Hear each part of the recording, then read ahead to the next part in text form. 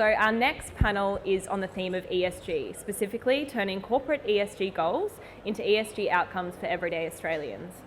On the panel, we've got Kimberly Randall, the CEO and co-founder of Fair Supply Analytics, Jude Blankfield, the VP of Marketing and Chief of Staff at Slip, and Katie Wilson, Global Product Director at RFI Global. And moderating the panel, we have Malia Fauna from EY. Thank you. Thank you for joining us this morning, everyone. It is a great pleasure to be moderating this fantastic panel on turning corporate ESG goals to ESG outcomes for everyday Australians. Now, in our panel briefing, we did play around with this topic a little bit, and we wanted to make it really relevant to just everyday Australians and something that we can relate to. So hopefully this conversation, I believe, is going to be really powerful, and we've got some amazing experts on the panel. So I'm just going to jump straight into it and let these amazing panelists introduce themselves. First, we've got Kim Randall, who's founder and CEO of Fair Supply. Just tell us a little bit about yourself, Kim. Hi everyone, I've been working in the ESG space for over 7 years now, primarily in the S space, addressing human rights and modern slavery issues in corporate supply chains. And Jude. Hi, I'm Jude Blankfield, VP Marketing and Chief of Staff at Slip. I've been there for about 3 years, and my role encompasses a little bit of everything, but more recently ESG and government relations. And for those who don't know, Slip is getting rid of paper receipts and putting digital receipts directly in the customer's bank app. I love that. And Kate, welcome. Hi everyone, I'm Kate Wilson, Global Product Director at RFI Global. We're a market research firm that specialises in financial services. It's all we do, and this is a topic that's been coming up a lot for us over the last couple of years. So working across the industry with banks of all sizes and fintechs, and this is something that's really topical and a passion of mine as well. Amazing. So it is really topical, and it's something that as everyday individuals we can actually make change on as well, and we're becoming increasingly aware of the potential impacts of those decisions we make. And these ESG goals are really more than just conforming to the shift that we see in consumer values. It's also demonstrating evidence-based sustainable practices, which really can deepen customer loyalty. And the panelists today are actually going to talk around how that's happened in practice, but also about creating new opportunities for investors and bringing both short and long-term value. We'll send to everyone, and we'll send this out on the app shortly. EY's recently conducted some research called the Consumer Future Index, and we found a surge in planet-first consumers who view sustainability as a key consideration in informing their everyday financial decisions. In fact, 58% are willing to pay more for products and services that they believe are sustainable. I think the word believe is quite important in there. We're going to talk a little bit about greenwashing in this conversation as well. And also 52% prefer digital delivery as opposed to physical in order to reduce waste. So Slip is right on point with the generation coming. Now, on that point, I'm going to pass on to Kate, because RFI Global has actually recently undertaken some research on changing consumer expectations around sustainability and ESG. Can you kick us off by sharing, what that research has shown you in terms of the trends of consumer expectations for sustainable practices and ESG across financial services? And also a big question, how important has that research shown you that ESG is to Australians? Yeah, absolutely. And it's, as I said, it's something that we've been asked about a lot over the last couple of years. And I think the key question that gets posed at us all the time is this something that customers care about, and does it change their behaviour? When we look at what drives choice of banking providers, ESG isn't a key factor at the moment, and hygiene factors like rate and price and previous experience, they really drive choice. However, if you ask customers, are you thinking about this? We see about 60% of Australians saying, yes, sustainability is important when I'm making financial decisions. And if we look at Gen Z, that goes up to over 70%. So this is something that customers really do care about. When we ask them if they care that their bank aligns to their values and invests in this, they say yes. And I think what we are sort of waiting for is, are we going to see more financial services providers starting to really win in this area? and that will drive change. 1 in 3 customers also tell us they would switch if there was a bank that was really delivering on this. And I'll also just make one final point on aligning to my beliefs and to my values. That's something that's becoming more important, especially for that younger generation. If we look at who does that well at the moment, mutuals do really well, so community-focused banks, and Up, which I'll point out since Dom's in the audience, Up actually do the best of any of the brands that we look at. So there are brands that are starting to win on this, and that I think will start to drive real customer change. And it's a huge target market, the Gen X and even the millennial market. And so those that are like Up who are doing that, they're really winning in the market. And so it's a massive opportunity for investors and fintechs and financial services. On the research that Kate's just mentioned, the QR code in the corner up on the slides actually will allow you to download the more detailed report as well. So, Jude, I want to bring you to a question that I know is really dear to your heart and on point to this topic. What do ESG outcomes for everyday Australians actually look like? And how can financial institutions deliver those tangible experiences that customers are actually going to care about? Yeah, look, it's a great question, and it's obviously a big question as well. I was having a conversation recently with an ESG executive from one of the big banks, not Up, and they were saying that, you know, they're really struggling because in customer focus groups, their ESG goals aren't resonating with their customers. And I think, you know, we kind of got to this point where we understood it to be because they're not including anything around sort of personal sustainability. Now, obviously, they've got the really important goals that, you know, they're expected to hit, you know, emission reduction targets, sustainable finance. But when it comes to sustainability, and I think this aligns to what Kate was saying about values, most people really care about, I want to make choices that aren't going to compromise my lifestyle, but are going to do the right thing for, you know, the future generations and for our planet as well. And I think that's only going to get bigger. So, you know, one of the targets on the National Waste Reduction list is, National Climate Action list, is a reduction of waste per individual by 10% by 2030. And corporates have a responsibility to their customers to help them with those kind of goals. And, you know, a bit of a shameless, you know, plug here, but how many people have received a paper receipt within the last week? You know, just like show of hands. I'd say pretty much everyone has received a paper receipt. And how many of you would say at least one of those paper receipts have gone in the bin? Yep, okay. So that's, you know, maybe 50 of the 10.6 billion paper receipts that are printed in Australia every year. And there are some great digital solutions out there, and it's such an easy win when you look at digital. And I think Malia was saying, you know, digital delivery is the preferred method for consumers already. But the problem is corporates are focusing, you know, all of their time on the scope 1 and 2 emissions, but what they're missing is the scope 3, where actually there's some really easy wins that also create those tangible outcomes for your everyday Australians, where they feel good about their own personal sustainability goals and they respect the fact that their suppliers and their, you know, their corporate partners are getting ahead of this for them as well. Yeah, it's a great pick up with what we can do as individuals within our companies, but also on a personal level. I know for myself, wherever I have the option of getting digital statements, digital invoices, digital bills, I opt for all of it because I don't even carry paper business cards anymore. I've got a digital one of those as well. It's something we can do on an individual level and how we can win in that. Thanks for sharing that. I think, you know, just related to, we've talked about how all customers, but especially young people, we can all in this room classify us as that genre and the young people, I think anyway.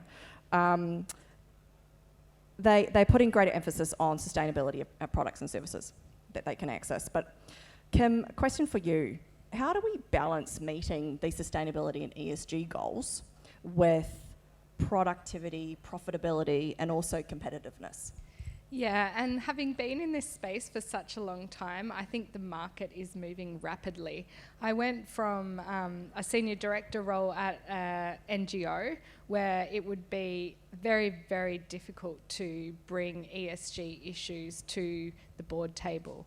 We are now doing business in an environment where there are mandatory reporting obligations that every company will need to report on these ESG issues. And that puts pressure if you're an institutional investor, no doubt your ESG objectives are putting pressure on your external fund managers. Your external fund managers are putting pressure on listed companies. Listed companies are then putting pressure on all of their suppliers and businesses that want to do business with a larger organisation, and it's consumers that are also putting pressure the other way around. And so I don't think there is a business case to be made. I think that addressing ESG issues is very rapidly becoming business as usual, and the research that has been done quite extensively now has shown actually a direct correlation between addressing these issues and profitability. In circumstances where companies are reducing labour costs or using workers that are being exploited, the financial models associated with that are essentially wrong. And so we are, I guess, just beginning to see the start of a tsunami of these issues being addressed by both regulators, consumer choices, so that these issues will become business as usual. And we're certainly seeing that now in mainstream media a lot more, and that's being called out. Bad cases of sustainability, which is actually driving consumer choices. I think it's very rapidly becoming a not nice to have, it is a need to must have. And certainly the regulatory environment is also driving that as well for businesses right across industries. And Kay, a question for you. I guess, we've talked about what we can do as individuals and the benefits from a consumer point of view, but what are the primary barriers for consumers living a more environmentally sustainable life, and how can business help consumers overcome these? Yeah, so we've asked this question of consumers, what's stopping you from leading a more sustainable life? As you said, we know customers care about this, they want to do this. The primary barrier is cost, or I should probably say perceived cost. So it's going to cost me money to be more sustainable. And the other one is I just have other things going on. I just don't have the time, which I think really goes back to if there are really good products and solutions that are there for customers are going to be willing to use them. The other thing that we've seen in our research, when you ask customers, what do you want banks and financial services to do for you, a lot of it comes back to, well, reward me for doing the right thing. I want to do the right thing, and rather than having a cost implication, give me some benefit. So green products, so helping customers to invest in green technology is one way to do that, but also things like recyclable bank cards. There's lots of different ways, but customers are definitely open to it, and if you make it easy for them, they will adopt it. It's the RFI's global research is very much aligned to the topic on what we prioritise, but the affordability question as well. So the EY Future Consumer Index that we've just launched looked at this topic too, and it found consumers who prioritise the planet are certainly increasing, but affordability remains the leading consumer priority. And you've just mentioned that your research found a similar type of thing. And that's particularly in markets which include Australia, but also the US and Scandinavia. So this was a global study done, and it was a priority for consumers, but the number one priority at the moment in Scandinavia, US and Australia is actually affordability. And so what this research showed is that there's actually significant gaps between consumers' intentions and actions.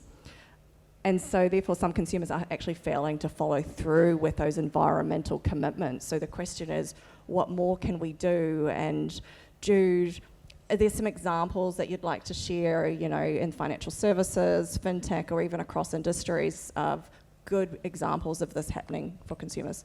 Yeah, look, I think the key is to not wait for regulation, and we've seen some really good examples and some really bad examples of it. We're all familiar with single-use plastics. The onus is on the brands, but the impact is on the customer. And really what we should be trying to do is, plan ahead early so that impact is as small as possible. So single-use plastics, obviously, coming back to Kate's point, when it comes to green choices, customers look at cost and convenience. And, remembering to take your bag to the supermarket or, having to buy a bag when you get there, they're massive barriers for customers when it comes to green.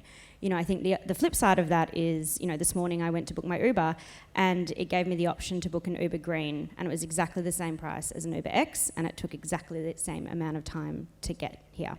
And I think that's a really great example of it's not regulated that you have to have electric vehicles, but they're getting ahead of regulation. I heard a great quote at a breakfast this morning, and I think it was from the late Abraham Lincoln. The best way to predict the future is to get ahead of it. And I think the brands that really take it upon themselves to look at what the requirements are going to be in future. Seamless is another great example. It's an initiative launched by the Australian Fashion Council, looking at how they keep end-of-life clothing out of landfill. And at that, Minister Plibersek actually said, if the industry doesn't move on this in the next 12 months, I will regulate it. And consumers will lose trust in brands that rush things, that create terrible experiences for them. Take your customers on the journey, and you'll have more loyal customers who are also benefiting from, the ESG outcomes you're creating for them. It's a great segue to a question I want to pose to Kim, related to some of these really pressing sustainability issues. So Kim, what do you believe are the most pressing sustainability issues for financial services providers to address? I mean, Jude's already mentioned some, and the trust deficit, if we don't get there, but I'd love to hear your thoughts as well.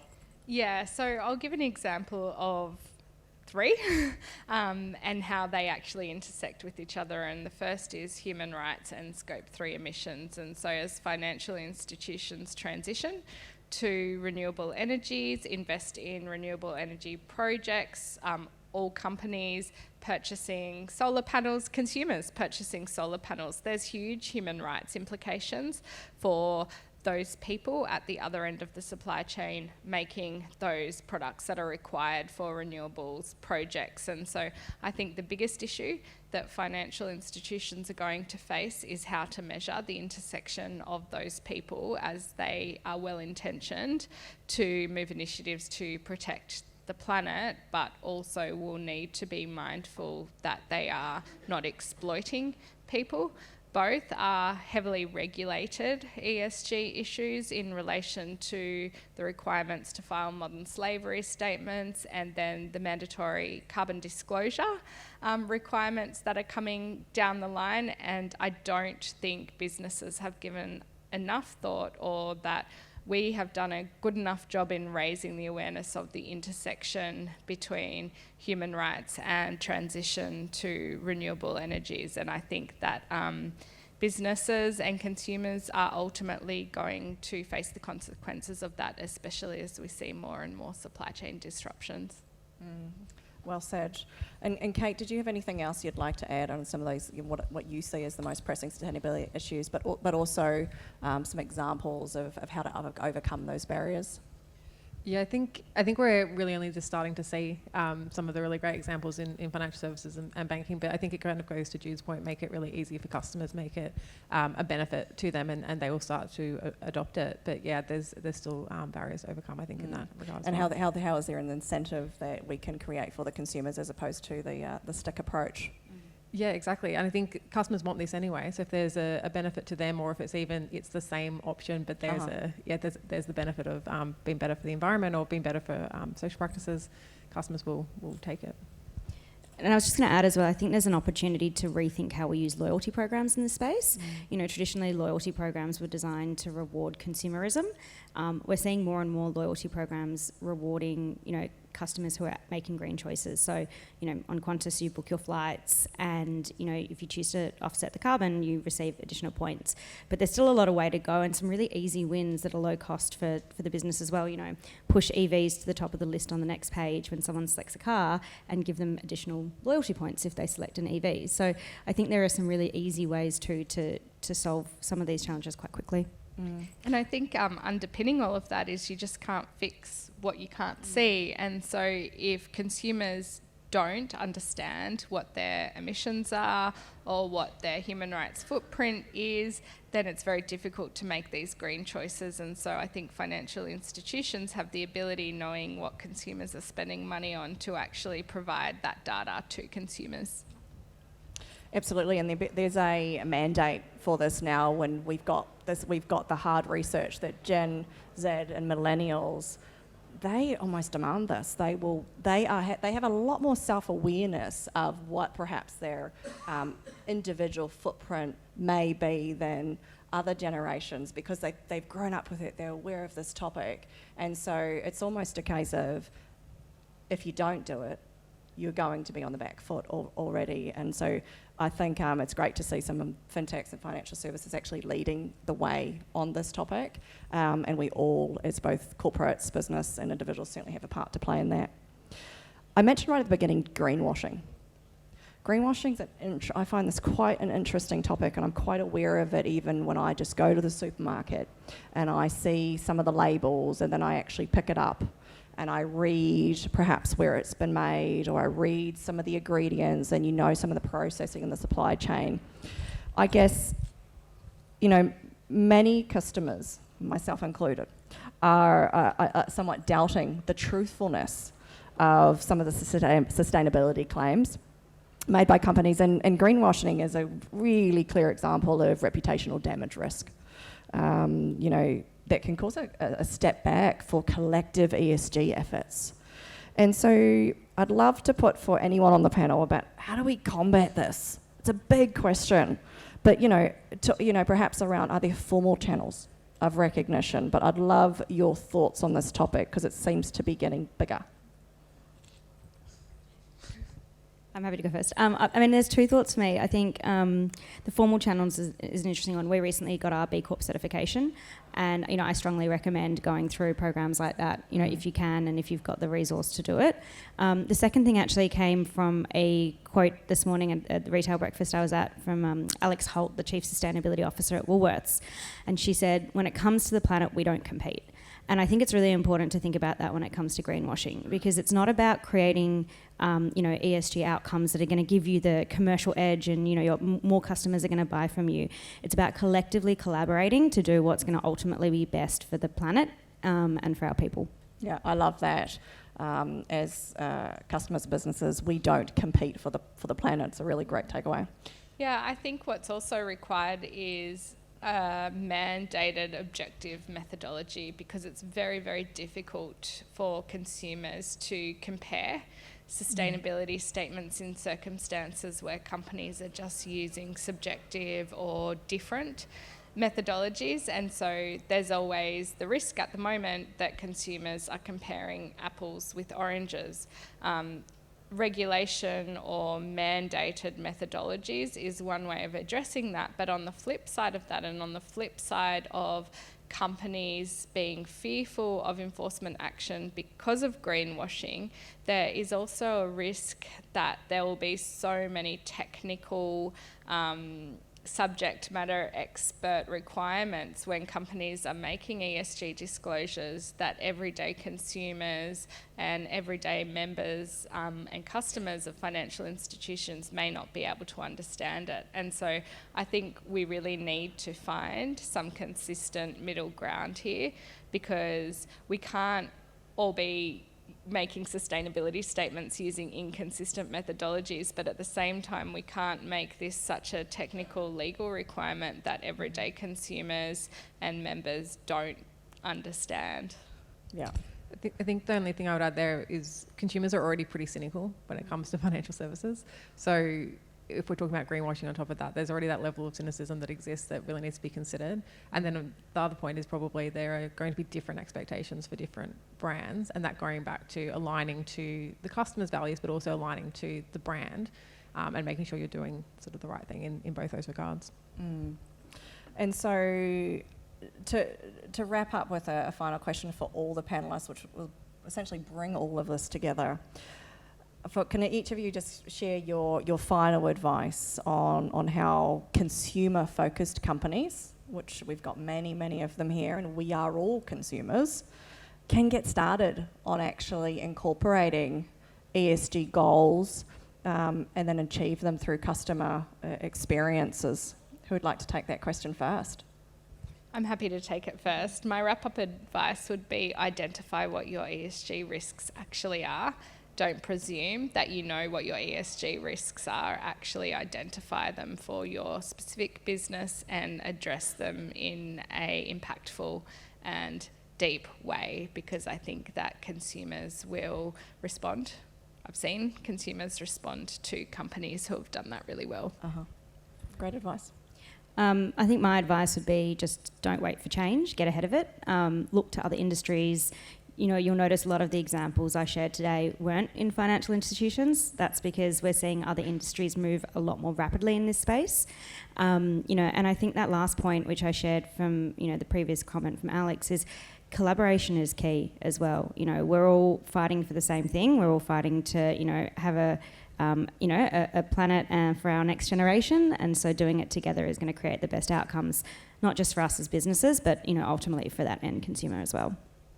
I think I'd wrap up by saying it's really important to understand what your customers want and expect from you, but not just today, what are they going to expect in the future, and really thinking about that Gen Z millennial customer who has very different experiences, more likely to be multi-banks and more likely to have a range of providers that they're using already and do have different expectations. So getting ahead, as Jude said, making sure that you're not just doing what you need to do today, but getting ahead of what's coming, and if not, I think there'll be a direct impact on switching.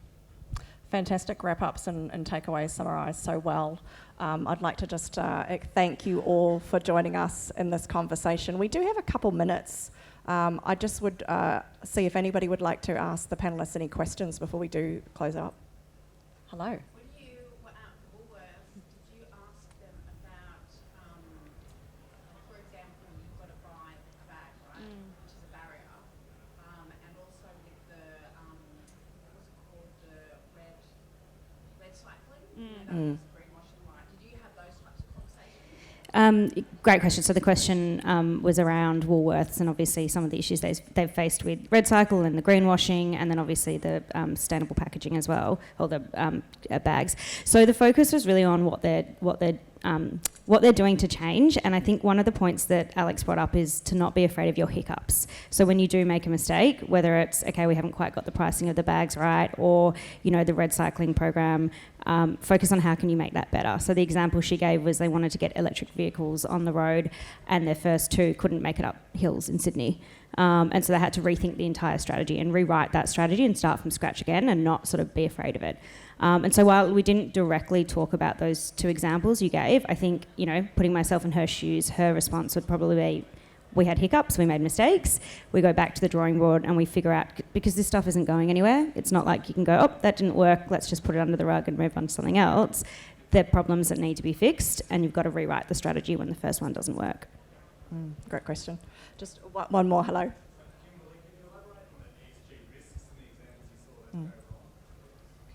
Yeah, so some of the ESG, if we're talking about ESG risks, so modern slavery, scope 1, 2 and 3, carbon emissions and biodiversity impact.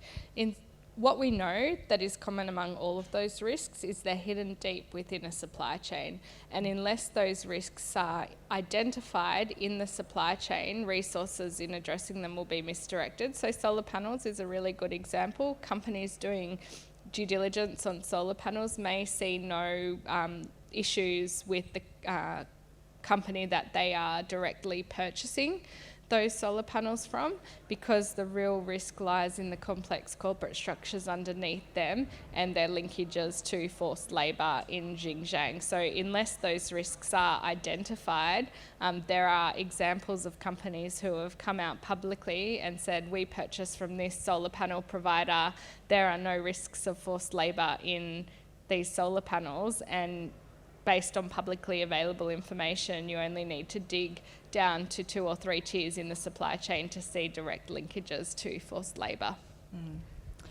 So to manage the risks and also capitalise on the opportunity that ESG and sustainability actually presents, financial services actually has a really critical part to play. And I think what we've seen from the panellists and what is seen in the research is that financial services are falling a little bit behind on this. The EY FinTech census showed this last year, that the majority of fintechs had actually not considered ESG goals or considerations or outcomes. And so on that note, I would just pleased to announce today that the EY FinTech Australia census 2023 has launched today with a live survey link, and we do have a particular focus on ESG and sustainability outputs within that survey this year. as we know with all of this research, it's only as good as the data inputs we can get, and so really do encourage as many financial services and fintech companies to complete the 2023 FinTech census. There are QR codes around the room. Links will be sent out by FinTech Australia as well shortly. It's really important industry research. We've got 8 years of data, and I'm really interested to see the data correlation from last year on ESG questions to this year in this industry. So please do take time to do that. But once again, thank you all for taking the time to join this session. I know there's a lot of great sessions, and please join me in thanking Kate, Kim and Jude for their insights and preparation.